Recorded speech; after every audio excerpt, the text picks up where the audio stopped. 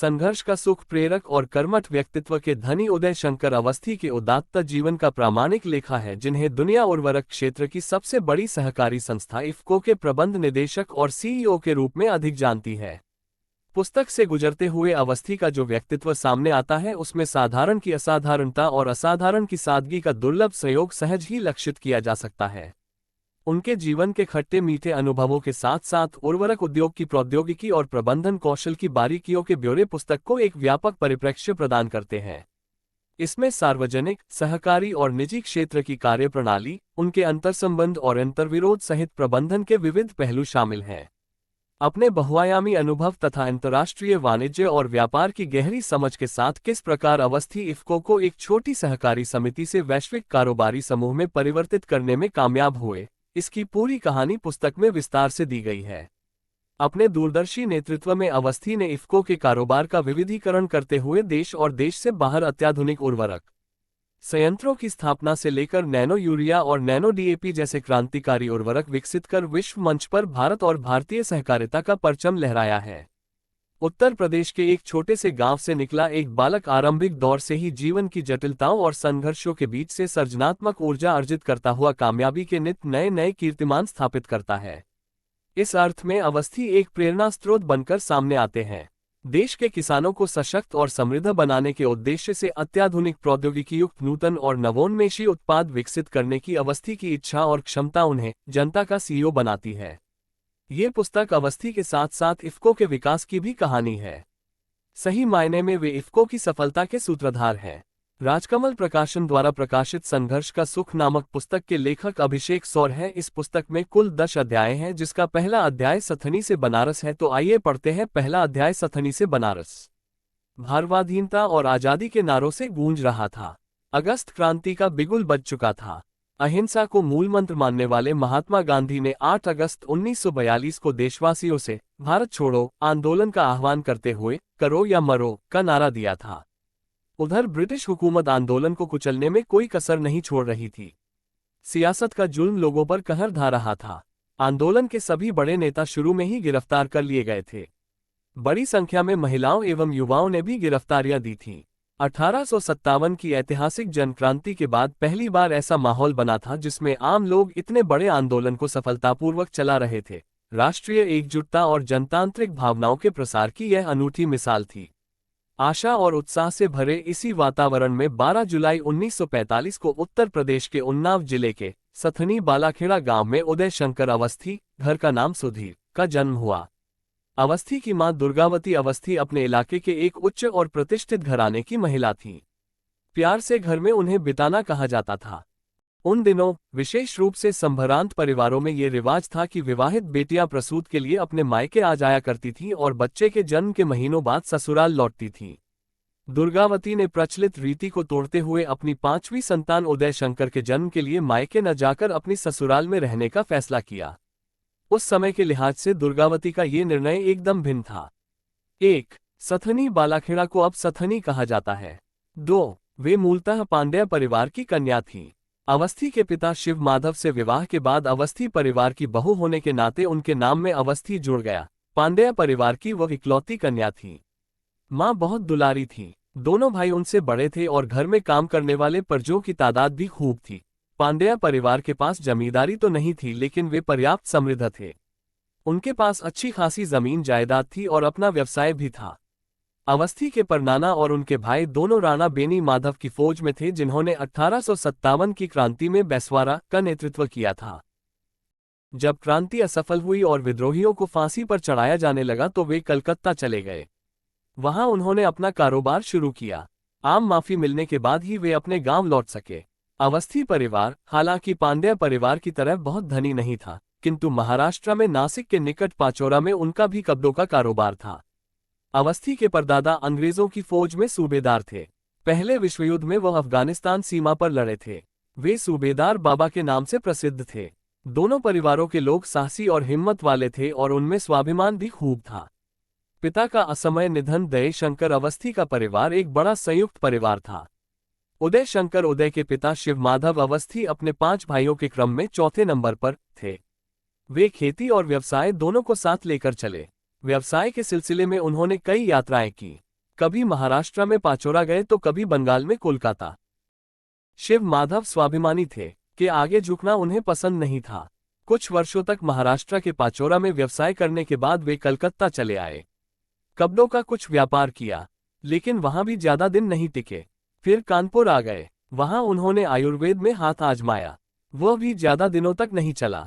फिर कुछ छिटपुट काम धंधा किया, लेकिन अंत में गांव में ही रहकर खेती किसानी करने लगे। अवस्थी की छोटी बहन रेखा कहती हैं, वे बहुत आदर्शवादी और ईमानदार थे, दुनियादार नहीं थे, इसलिए व्यावसायिक दृष्टि से अव्यावहारिक निर्णय लिया करते थे। 13 अगस्त 1947 को शिव माधव की जब मृत्यु हुई तब अवस्थी नन्हे बालक थे और रेखा दुधमुही बच्ची थी। देशभक्ति से ओतप्रोत बचपन विस्थी और पांड्या दोनों ही परिवारों ने स्वतंत्रता संग्राम में सक्रिय रूप से हिस्सा लिया था। स्वतंत्रता आंदोलन में जब लोग गिरफ्तारियां देते थे तब दुर्गावती और घर की अन्य स्त्रियां उन लोगों पर फूल बरसाया करती थीं। दोनों के लोग खादी के वस्त्र पहनते थे। दुर्गावती चरखे पर सूत काटती थीं और उनके बच्चे इसी सूत से बने कपड़े पहनते थे। अवस्थी कहते हैं, अपने देश के गौरव और सम्मान से भरे माहौल में मैंने अपनी आंखें खोली। हमारे घर में मातृभाषा को लेकर अगाध प्रेम था। परिवार के लोगों को अपनी संस्कृति पर अत्यधिक गर्व था। सभी खादी पहनते थे। मैं ऐसे वातावरण में पला बड़ा हूँ। राष्ट्र प्रेम की उज्ज्वल भावना के बीच पले बड़े अवस्थी के मन पर बचपन के उस परिवेश की ऐसी अमिट छाप पड़ी कि वे राष्ट्र की प्रगति के लिए सदैव तत्पर रहे। अपने देश की माटी के प्रति उनके मन में अगाध प्यार है। अवस्थी के एक चाचा ग्राम प्रधान थे जो बाद में कानपुर में कॉरपोरेटर नगर पार्षद बने। ब्रिटिश भारत में और स्वतंत्रता के प्रारंभिक वर्षों में नगर पार्षद होना गर्व और सम्मान का विषय हुआ करता था। अवस्थी की मां दुर्गावती के एक भाई केदारनाथ पांड्या सक्रिय राजनीति में थे। वे आचार्य नरेंद्र देव के नेतृत्व वाली कांग्रेस की समाजवादी शाखा से जुड़े थे। इतिहासकार बिपिन चंद्र ने भारतीय स्वतंत्रता संग्राम पर लिखी अपनी पुस्तक में केदारनाथ पांड्या के योगदान का जिक्र किया है। पत्नी के साथ उनकी एक दुर्लभ तस्वीर भी किताब में प्रकाशित है। केदारनाथ पांड्या जयप्रकाश नारायण के समकालीन थे। स्वतंत्रता संग्राम में हिस्सा लेने के कारण उन्हें जेल में डाल दिया गया था। वे पंडित जवाहरलाल नेहरू के साथ जेल में रहे थे। स्वतंत्रता आंदोलन ने स्त्री शिक्षा के बारे में जागरूकता पैदा की थी। दुर्गा के सबसे बड़े भाई उमा शंकर पांड्या की पत्नी एक पढ़ी लिखी सुसंस्कृत महिला थी। वे दुर्गावती से बहुत स्नेह करती थीं और उन्हें उस समय की दो प्रमुख हिंदी साहित्यिक पत्रिकाएं सरस्वती और कल्याण पढ़ने के लिए प्रोत्साहित किया करती थीं। उन्होंने दुर्गावती के अंदर शिक्षा और ज्ञान के प्रति एक जुनून सा पैदा कर दिया था जो आजीवन बना रहा। वे हर सुबह अपने बच्चों को गले लगाती और देवी सरस्वती से उन्हें विद्या प्रदान करने की प्रार्थना करती। उन्होंने बच्चों को भी प्रार्थना याद करा दी थी। प्रार्थना थी, जय सरस्वती, माथे धरो बेल की पति, तुम पहिनो गज मोतिन हार, हमका देव विद्या भंडार। 2 विद्यालयों में नामांकन रिवारिक जिम्मेदारियों को निभाते हुए दुर्गावती कभी अपनी ससुराल सतनी पारी तो कभी अपने मायके पूरे पांड्या में रहा करती। इस स्थिति को देखते हुए अवस्थी परिवार के बच्चों का दाखिला दोनों गांवों के विद्यालयों में कराया गया था। अवस्थी उस दौर को याद करते हुए कहते हैं, सथनी और पूरे पांड्या के बीच लगभग 10 कोस की दूरी है। सवेरे बैलगाड़ी से चलते थे और शाम तक पहुंच जाते थे। कभी सथनी के स्कूल में पढ़ते थे, कभी पूरे पांड्या के स्कूल। हमारा दोनों जगह नाम लिखा था। में पूरे पांड्या में परिवार और गांव के बच्चों की पढ़ाई लिखाई के लिए एक विद्यालय शुरू किया गया था। इससे पूरे गांव को फायदा हुआ। अन्य परिवारों के बच्चे भी गांव में शिक्षा प्राप्त करने लगे। उस वक्त को याद करते हुए अवस्थी की आंखों में एक विशेष चमक आ जाती है। वे कहते हैं, उस जमाने में आज की तरह की औपचारिकता तो थी नहीं। घर वालों ने जमीन दे दी, कुछ कमरे बनवा दिए, स्कूल बन गया। ऐसा माहौल था। उस माहौल में ये भी था कि सब लड़के हमारे साथ ही रहते थे। जिधर हम जाते सब उधर ही आ जाते। फिर लड़के शाम को दवात किताब लेकर हमारे घर पढ़ने आ जाते थे। हमारे इन्हीं साथियों में पूरे पांड्या में बसंत और सथनी में खट्टर सरपंच हुए। आज भी जब मैं गांव जाता हूं तो उन दोनों से मेरी होती है। अवस्थी पूरे पांड्या में जहां भी जाते थे, छोटी बहन रेखा उन्हें ढूंढती उनके पीछे पीछे चली आया करती थी। बात सिर्फ रेखा की ही नहीं थी, उनकी उम्र का लगभग हर लड़का हर जगह उनको खोजते हुए उनके पीछे चला आया करता था। रेखा बताती है, सथनी और पूरे पांड्या दोनों जगह उनके दोस्तों की मंडली थी जिसके वे नेता थे। पूरे पांड्या में हमारे यहाँ जीप थी। जीप के जो टायर बेकार हो जाते थे वे बच्चों के खेल का सामान हो जाते थे। टायर को डंडे या हाथ से चलाते हुए उसके साथ साथ दौड़ना सुधीर भाई का सबसे प्रिय खेल था। आज भी वो दृश्य मेरे सामने है कि सुधीर भाई डंडे से टायर चलाते हुए दौड़ रहे हैं और उनके पीछे बच्चों का एक झुंड दौड़ रहा है। चोर पुलिस भी उनका प्रिय खेल था जिसमें वे हमेशा पुलिस बनते। अंतिम पंक्ति कहते कहते वह किचित मुस्कुराती हैं। वे आगे बताती हैं, सुधीर भाई बहुत निडर थे। सांप बिच्छू का भी उनको डर नहीं था। तुरंत टॉर्च लेते, नौकरों को बुलाते और देखते कि कहाँ क्या है। लेकिन अंधेरे से डरते थे। पूरे दिन मुझे अपने पास से भगाते रहते, अंधेरा होते ही कहते, रेखनिया तुम साथ आओ। इस माहौल में उन्होंने ये भी सीखा कि जाति, धर्म या सामाजिक रूप से अलग स्थिति के बावजूद सभी के साथ समान और निष्पक्ष व्यवहार करना चाहिए। जन्मजात प्रतिभा अवस्थी विस्थी ने बहुत कम उम्र से ही अपनी नेतृत्व क्षमता का प्रदर्शन करना शुरू कर दिया था। पांड्या परिवार का निवास लोहे के फाटक वाले एक विशाल से अहाते के अंदर था। घर के सामने एक बड़ा सा ऊंचा चबूतरा था। 6-7 साल के अवस्थी उस चबूतरे पर खड़े होकर खेतों और बागों में काम करने वाले 10-12 मजदूरों की हाजिरी लिया करते थे। आप कल्पना करिए उस दृश्य की कि 6-7 साल का, मुश्किल से 4 फुट का लड़का 5-6 फुट कद के और अपने से तिगुनी चौगुनी उम्र के लोगों की हाजिरी ले रहा हो। वे पूरे रौब के साथ हर रोज बाकायदा हाजिरी लिया करते थे। खेतिहर मजदूर उम्रदराज थे किंतु अवस्थी की नेतृत्व क्षमता को देखते हुए उनके समक्ष हाजिरी देते हुए कभी सकुचाए नहीं। बालक अवस्थी उस समय पांड्या परिवार के साथ रह रहे एकमात्र पुरुष सदस्य थे। उनके सबसे बड़े मामा उमाशंकर पांड्या कानपुर में लोहे का व्यवसाय करते थे, जबकि केदारनाथ पांड्या राजनीतिक कार्यों में व्यस्त थे। केदारनाथ पांड्या अपनी राजनीति पास के शहर लालगंज से करते थे। अवस्थी के बड़े भाई देवी शंकर अवस्थी कानपुर में रहकर कॉलेज की पढ़ाई कर रहे थे और उनके ममेरे भाई राम नारायण पांड्या इलाहाबाद विश्वविद्यालय से पढ़ाई पूरी कर लखनऊ रहने लगे थे। इसलिए ये काम अवस्थी को ही सौंपा गया, जिसे उन्होंने कुशलता के साथ निभाया। अवस्थी की नेतृत्व क्षमता की पहचान स्कूल में भी होने लगी थी।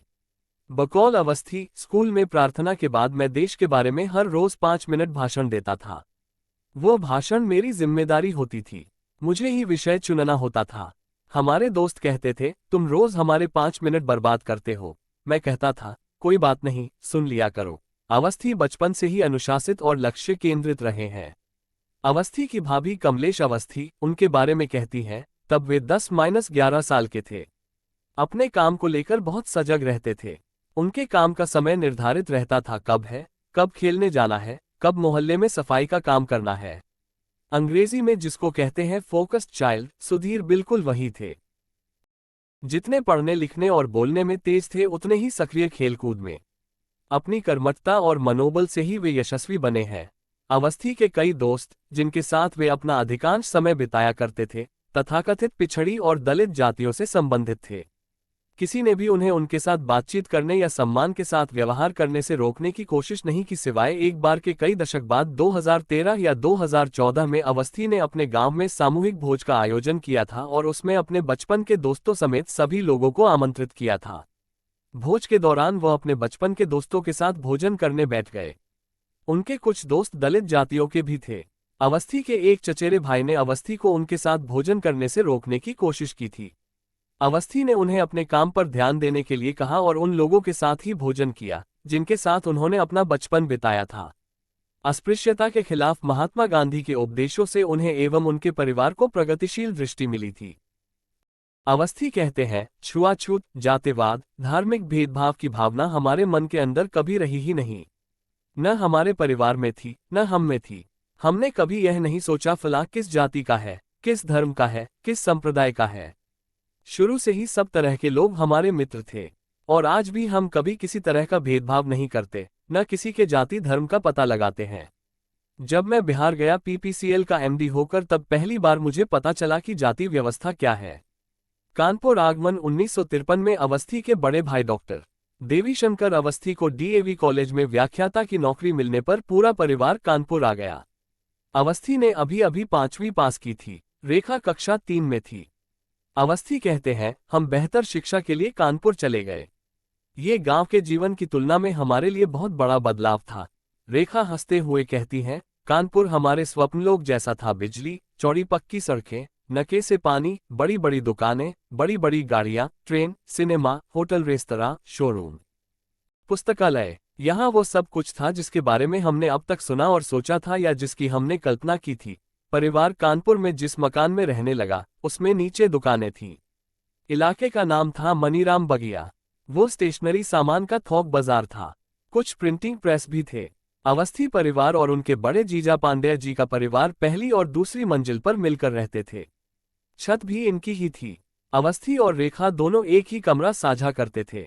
कमरे में 2 मेजें थीं, लेकिन बाल स्वभाव के कारण खिड़की के पास वाली मेज पर बैठने को लेकर दोनों में आपस में अक्सर झगड़े भी होते थे। रेखा याद करती हैं, सुधीर भाई सुबह 4 बजे उठ जाते थे। कुछ देर पढ़ाई करते, फिर खेलने चले जाते। मेरी रुचि संगीत में थी और मैं सितार सीखती थी। सुबह का समय मेरे लिए रियाज का था और वे पढ़ाई करते। इसके लिए भी टकराव हुआ करता था, लेकिन मैं अक्सर 5 बजे के बाद ही उठती थी, तब तक वे खेलने चले जाते थे।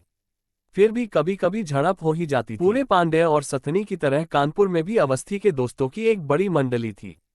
कानपुर में बच्चों की शिक्षा और मनोरंजन के लिए बालकन जी बारी नाम का एक चैरिटेबल ट्रस्ट हुआ करता था, जिसकी शाखाएं पूरे देश में थीं। अवस्थी शाम का अधिकांश समय ट्रस्ट के कार्यालय में बिताया करते थे, जिसमें एक छोटा पुस्तकालय था। ये पुस्तकालय अवस्थी के लिए चुंबक का काम करता था और यही शाम के वक्त ट्रस्ट कार्यालय में रुकने की वजह थी। बालकन जी बारी मोहल्ले में सफाई अभियान भी चलाया करती थी। अवस्थी उस अभियान में बढ़ चढ़कर हिस्सा लेते। यहीं पर अवस्थी का साफ सफाई के प्रति विशेष रुझान देखा गया। बालकन जी बारी में मोहल्ले के लड़कों के नेता के रूप में उन्होंने बच्चों को की सफाई के लिए संगठित किया था। वे सब सड़क झाड़ू लगाते, नालियों की सफाई करते थे और उनमें चूना डालते। वे ये सब काम जल्दी जल्दी पूरे करते और फिर बैडमिंटन खेलने चले जाते। खेलकर घर लौटते, स्नान करते, नाश्ता करते और फिर जल्दी जल्दी लगभग भागते हुए स्कूल जाते। इसी दौरान स्कूल में उनका परिचय क्रिकेट से हुआ। इस खेल के वे दीवाने गए। उन्होंने दोस्तों की क्रिकेट टीम बनाई थी। वे टीम के कप्तान थे। वे बिना पैड और दस्ताने के खेला करते थे। इस दौरान उन्हें कई बार चोटें लग जाया करती थीं। अवस्थी मुस्कुराते हुए बताते हैं, लगता है कि उन शुरुआती चोटों ने मुझे आगे के लिए मजबूत बना दिया। अवस्थी कहते हैं, गंदगी और अव्यवस्था से मुझे सख्त नफरत है। मेरा हमेशा इस बात पर जोर रहा है कि हर चीज बिल्कुल साफ सुथरी हो और बिल्कुल ठीक से रखी हो। अपने हाथ से सब काम करने की मुझे आदत रही है। कभी मैंने यह नहीं सोचा कि किसी दूसरे से काम कराऊं। इंजीनियर का करियर ही क्यों, बचपन से देशभक्ति के माहौल में पले बड़े अवस्थी के मन में देश के लिए कुछ करने की गहरी इच्छा का पनपना स्वाभाविक ही था। वे ऐसे दिन थे जब बड़े उद्योगों को आधुनिक भारत के नए मंदिर के रूप में सराहा जा रहा था। देश इंजीनियरों की भारी कमी का सामना कर रहा था। इसलिए अवस्थी ने इंजीनियर बनकर देश के लिए कुछ करने का फैसला किया। लेकिन वो इससे भी ज्यादा कुछ करना चाहते थे। गांवों में परवरिश होने के कारण अवस्थी किसानों की समस्याओं और कठिनाइयों को जानते थे और उनकी मुश्किलें कम करने के लिए कुछ करना चाहते थे। अवस्थी के मन में गहरे बसी ये आकांक्षाएं ही अगले 6 दशकों में भारत के लाखों किसानों का जीवन बदलने में प्रेरक बनती हैं। इंटरमीडिएट करने के बाद 1 साल के लिए अवस्थी को बीएससी प्रीवियस करना पड़ा, क्योंकि इंजीनियरिंग में दाखिला लेने की उनकी उम्र नहीं हुई थी। इन दोस्तों से अवस्थी का रिश्ता बराबर बना रहा। इनमें अब केवल 4 दोस्त ही जीवित हैं। उस समय उनके मन में एक बार यह विचार आया कि उन्हें राजनीति में जाना चाहिए। लेकिन जब अवस्थी ने उस समय का माहौल देखा तो उन्हें लगा कि राजनीति में रहकर वे शायद देश के लिए वो काम नहीं कर पाएंगे जो करना चाहते हैं। उन्होंने सोचा, यदि मैं अपने प्रोफेशन में रहूं, प्रोफेशनली स्ट्रांग काम करूं, तो शायद अपने देश के लिए ज्यादा काम कर पाऊंगा। वो 1961-62 का समय था जब अवस्थी ने निश्चय किया कि वे राजनीति के प्रति जागरूक रहेंगे, लेकिन राजनीति में जाएंगे नहीं। हालांकि वे राजनीति को प्रभावित करने में समर्थ होना चाहते थे। अवस्थी के शब्दों में, इसलिए सभी राजनीतिक पार्टी में मेरे मित्र हैं। सबके सामने मैं अपनी स्पष्ट राय भी रखता हूं कि क्या अच्छा है, क्या बुरा है, क्या देश के लिए ठीक नहीं है। वे मेरी बात सुन भी लेते हैं क्योंकि उनको पता है कि मैं राजनीति में नहीं हूं। हमने देखा कि हमारे कई कार्यक्रम हैं जो सरकार ने अपनाए हैं। इस सरकार ने अपनाए हैं, पिछली सरकार ने भी अपनाए थे। उदाहरण के लिए उत्तर प्रदेश सरकार ने बीजों में डीबीटी डायरेक्ट बेनिफिट ट्रांसफर को लागू किया, जिसे अवस्थी लंबे समय से शुरू करने के लिए कह रहे थे। वे संतोष भाव से कहते हैं, मैं कई तरह से राजनीति को प्रभावित करने में सक्षम रहा हूं। मैंने ये काम सीधे नहीं किया है, अप्रत्यक्ष रूप से किया है, लेकिन मैंने अपना योगदान अवश्य किया है। बनारस हिंदू विश्वविद्यालय में प्रवेश जनीति के मुकाबले इंजीनियरिंग को देने का अवस्थी का निर्णय राजन उन्हें बीएचयू बनारस हिंदू विश्वविद्यालय ले गया। फीस, छात्रावास, डिपॉजिट की राशि और अन्य शुल्क 500 रुपये था, जो मनी ऑर्डर द्वारा भेजा गया था। डाक रसीद के साथ अवस्थी बनारस जाने वाली ट्रेन से 5-6 घंटे में बनारस पहुंच गए। वहां उन्होंने रिक्शा लिया और बीएचयू पहुंचे। उन्हें डबल ऑक्यूपेंसी वाला कमरा आवंटित किया गया। अवस्थी उस दौर को याद करते हुए शिक्षण माध्यम से जुड़ी और स्वयं द्वारा झेली गई परेशानियों को साफगोई के साथ बयान करते हैं। बीएचयू शुरुआत के कुछ दिन मेरे लिए अच्छे नहीं थे। मैंने जीवन भर हिंदी माध्यम से पढ़ाई की थी और अंग्रेजी कम जानता था। बीएचयू में अध्यापक अंग्रेजी में पढ़ाते थे, कक्षाएं और किताबें सभी अंग्रेजी में थीं, इसलिए वहां की पढ़ाई मेरे सिर के ऊपर से निकल रही थी। अवस्थी खादी का कुर्ता पायजामा पहनते थे। उनकी यह पोशाक उन्हें भीड़ में भी अलग पहचान देती थी। बकौल अवस्थी, मेरे अधिकतर सहपाठी अमीर और शहरी परिवारों से थे, सरकारी अथवा निजी क्षेत्र के वरिष्ठ अधिकारियों के या फिर व्यापारिक परिवारों के बच्चे थे। अवस्थी उन दिनों को याद करते हुए कहते हैं, शुरू में मुझे ऐसा लगा जैसे मछली को पानी से बाहर कर दिया गया हो। एक दिन हॉस्टल के कुछ सीनियरों ने अवस्थी को बुलाया। उनकी मूल मंशा तो अवस्थी की रैगिंग की थी, किंतु शीघ्र ही उनसे दोस्ती हो गई। तुम्हारे पास कितना पैसा है? उन लोगों ने पूछा। अवस्थी के पास लगभग 100 रुपये थे, जो उन दिनों के लिए बहुत अच्छी रकम कही जा सकती है। सीनियर्स ने अवस्थी से 30 रुपये लिए और उतने रुपये में उन्हें 2 कमीज और 2 पतलून खरीद दिए। उन्होंने अवस्थी को अंग्रेजी अखबार टाइम्स ऑफ इंडिया की सब्सक्रिप्शन दिलाई और हर दिन अखबार पढ़ने के लिए कहा। वे कभी कभार अवस्थी को अंग्रेजी फिल्में दिखाने के लिए भी साथ ले जाने लगे। उस दौर में मिले मार्गदर्शन के लिए अवस्थी अपने सीनियर्स के प्रति आभार जताते हैं। अपने सीनियर्स एवं उनकी रैगिंग के बारे में अवस्थी कहते हैं, वे शुरू में मुझे शत्रु की तरह लग रहे थे, लेकिन धीरे धीरे 6 महीने की अवधि में मैंने अंग्रेजी भाषा में महारत हासिल कर ली और जो पढ़ाया जा रहा था उसे समझना शुरू कर दिया। उन्होंने शायद कभी इतनी अंग्रेजी नहीं सीखी होती, लेकिन ये सीनियर्स की रैगिंग थी जिसने उन्हें अंग्रेजी सीखने में मदद की। अवस्थी जोर देकर कहते हैं, आप अंग्रेजी समझे बिना इंजीनियरिंग का ज्ञान कतई प्राप्त नहीं कर सकते हैं। बीएचयू का आंदोलन पत्र जीवन में अवस्थी अपने संकल्प के अनुरूप राजनीति से दूर ही रहे। छात्र हालांकि बीएचयू में एक घटना हुई थी जिसमें वे सीधे तौर पर एक आंदोलन में शामिल हुए थे। 1965 में भारत सरकार ने विश्वविद्यालय का नाम बदलकर मदन मोहन मालवीय काशी विश्वविद्यालय करने के लिए बनारस हिंदू विश्वविद्यालय संशोधन विधेयक संसद में पेश किया था। उस वक्त एमसी छागला भारत के शिक्षा मंत्री थे और एनएच भगवती विश्वविद्यालय के कुलपति थे। विश्वविद्यालय के नाम परिवर्तन हेतु प्रस्तावित बिल के खिलाफ बीएचयू के छात्र एकजुट हो प्रतिरोध में खड़े हो गए। अवस्थी उन छात्रों में से थे जिन्होंने इस आंदोलन का नेतृत्व किया था। अंततः मजबूर होकर सरकार को प्रस्तावित बिल वापस लेना पड़ा। अवस्थी इस आंदोलन में भाग लेने के अपने निर्णय के मूल में किसी धार्मिक पूर्वग्रह की भावना को अस्वीकार करते हैं। अवस्थी कहते हैं, हमने यह विरोध किसी धार्मिक भावना से नहीं किया था। हमें लगा कि यह बिल मालवीय जी की, हमारी और बीएचयू से जो लोग पढ़ चुके हैं उनकी भावनाओं पर एक तरह का आघात है। हमने सोचा कि सरकार को अलीगढ़ मुस्लिम विश्वविद्यालय के लिए भी ऐसा ही प्रयास करना चाहिए था। उन्हें या तो बीएचयू का नाम नहीं बदलना चाहिए था या फिर दोनों विश्वविद्यालयों के नाम बदलने चाहिए थे। यह एक बड़ा आंदोलन था जिसमें मैं सीधे तौर पर शामिल हुआ था। अवस्थी मानते हैं कि उन्हें इस बारे में कोई जानकारी नहीं है कि नाम बदलने का देते समय तत्कालीन प्रधानमंत्री की क्या मजबूरी रही होगी। बहुतेरे भारतीयों की तरह जवाहरलाल नेहरू और उन सभी नेताओं के लिए उनके मन में बहुत सम्मान है जिन्होंने भारत की स्वतंत्रता के लिए लड़ाई लड़ी थी।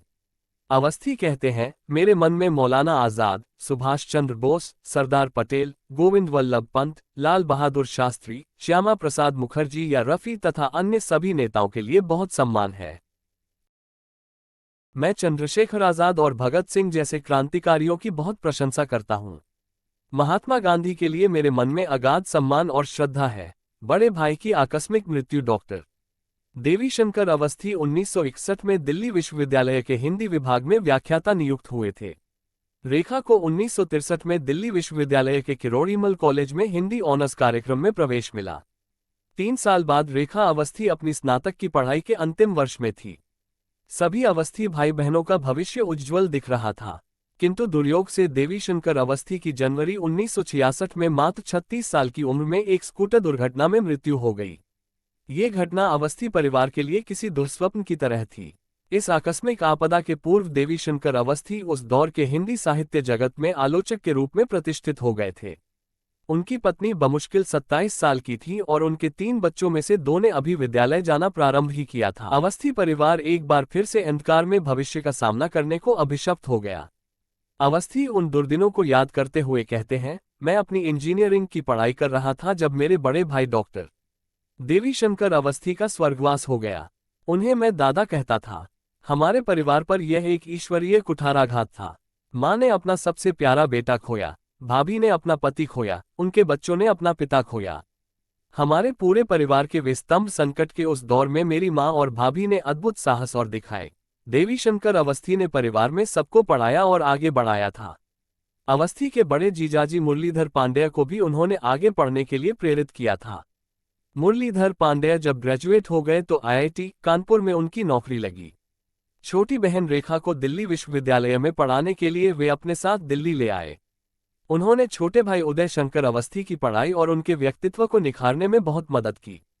उन्होंने अवस्थी को भाषण देने की कला के गुर सिखाए। अवस्थी अपने साहित्यिक संस्कार को बड़े भाई की देन मानते हैं। बड़े भाई के साथ कई बड़े साहित्यकारों से मिलना अवस्थी को याद है।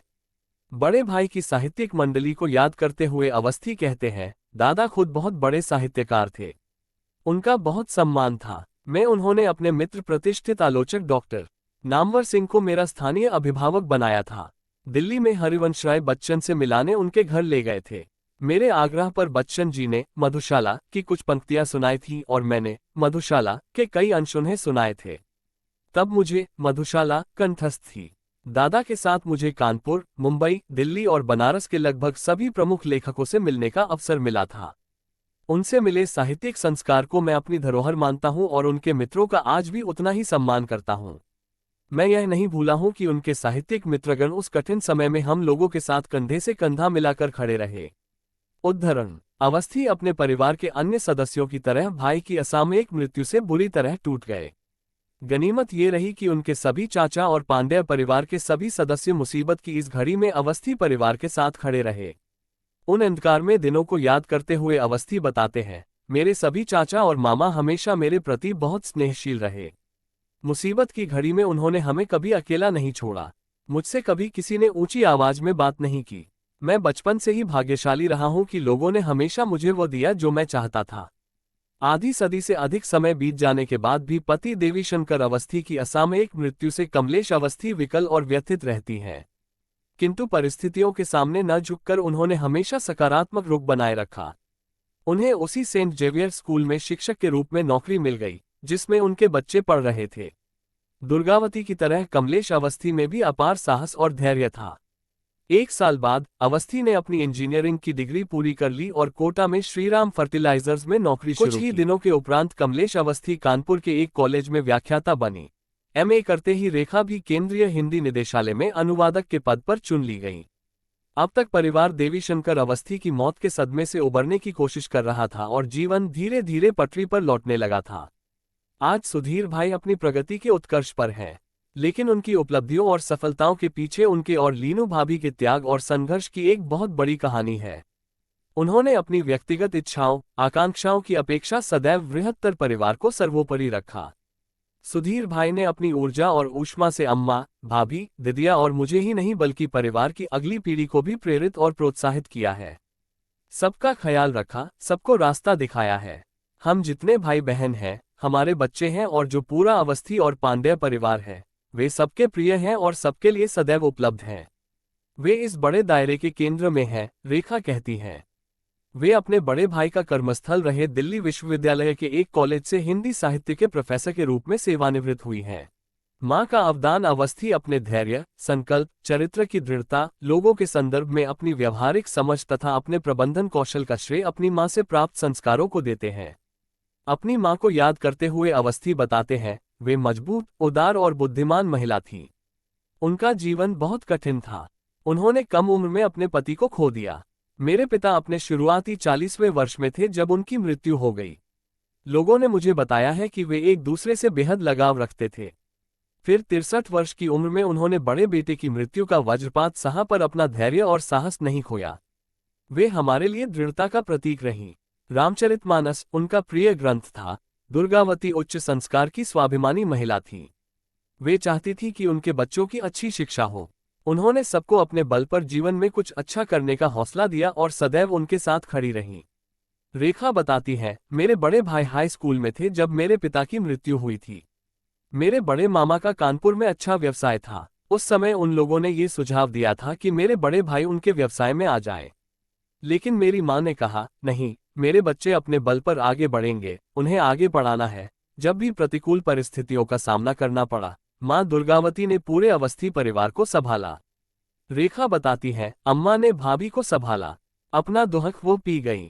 अपनी जिंदगी में उन्होंने कितनी ही मौतों का सामना किया।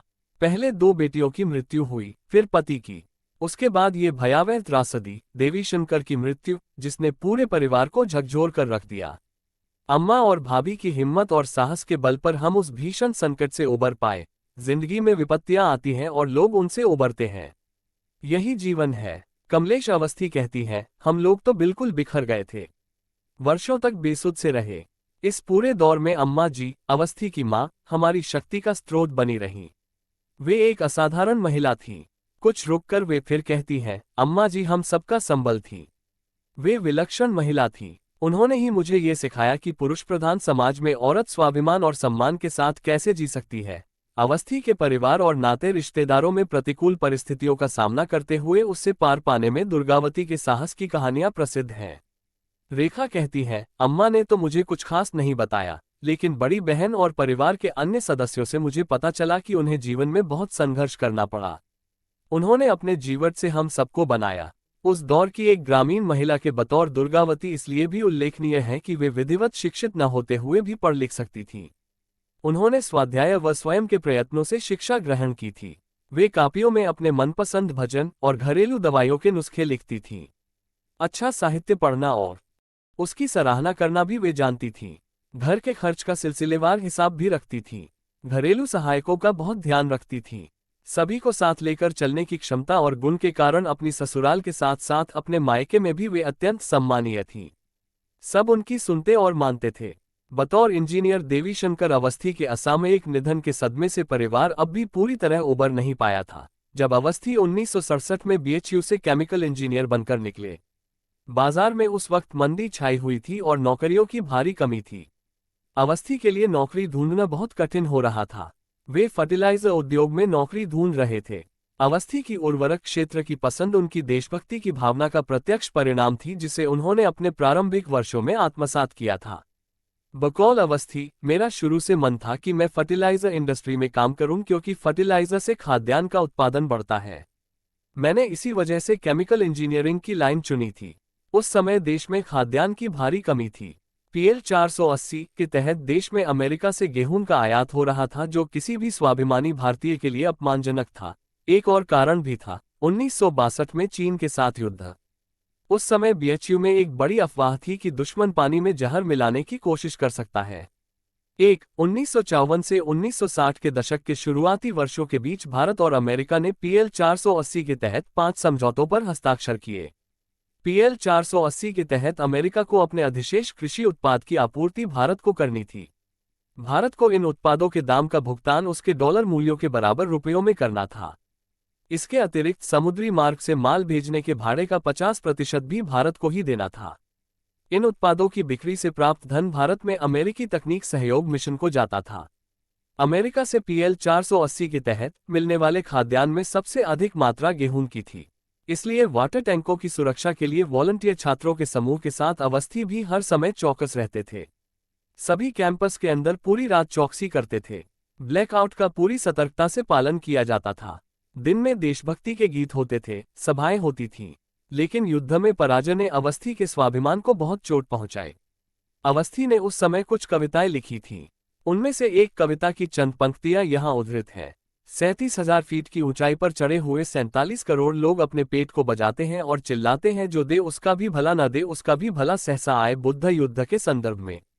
अवस्थी 1962 की स्थितियां याद करते हुए गंभीर हो जाते हैं। इससे मुझे दुख हुआ कि हमारा देश बाहरी आक्रमण का सामना करने के लिए तैयार नहीं था। 1962 में मैं जवानी की दहलीज पर था और मेरा स्वाभिमान बुरी तरह आहत हुआ था। मैं अपने देश से बेहद प्यार करता था और मुझे अपने वतन पर बहुत गर्व था। मुझे इस बात की शर्मिंदगी हुई कि हमारे सैनिकों के पास लड़ने के लिए जरूरी उपकरण और नहीं थे।